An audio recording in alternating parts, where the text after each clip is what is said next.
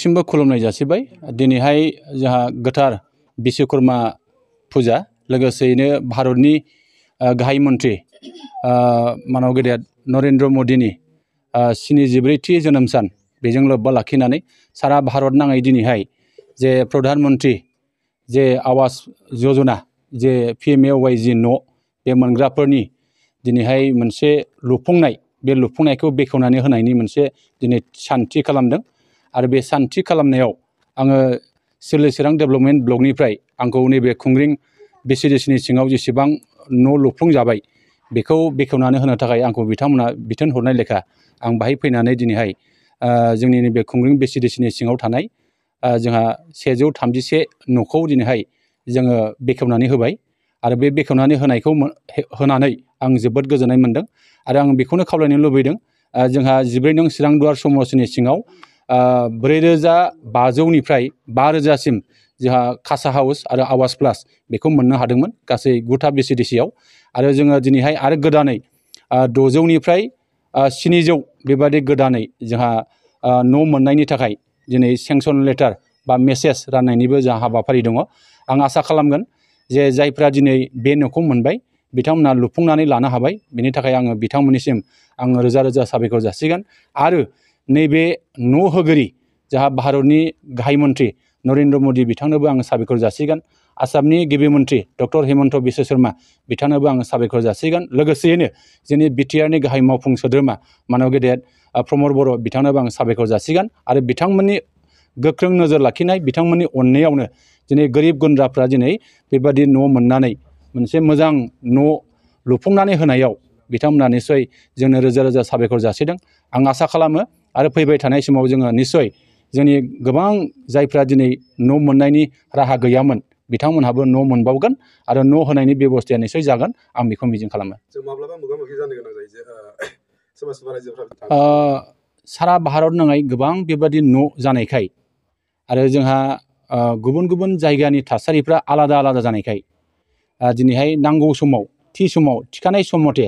बेबादि मावनो हायैखौ निस्सय जों नुदों बाहाय गोबां जेंना दङ बे जेंनाफोर थानायनि थाखाय निस्सय सम मथे लुफुंनो हायाखै दिनै सरकारा बिनि सायाव गोख्रों नोजोर लानानै दिनै फारि फारि न' लुनायनि बेबस्था सोलिगासिनो दङ आरो जोङो आसा खालामो कमप्लिट बे न'खौ जोङो थाबैनो नैबे सेप्तेम्बर नभेम्बरनि गेजेरावनो फोजोबनानै होनायनि थांखि लानायखौ जोङो नुनो मोनदों नोंथां ससियेल मिडिया मोननिसिम गोजोननाय जासिग्रोबाय बुंनायनि सुबिदा आरो फोरमायनायनि सुबिदाखौ मोननायनि थाखाय खुंग्रिं BCDC नि चेयारमेन जानानै आङो खुब गोजोननाय मोनदों दिनैहाय जोङो जेब्लानाखि चेयारमेन जिरायजेननायनिफ्राय जोङो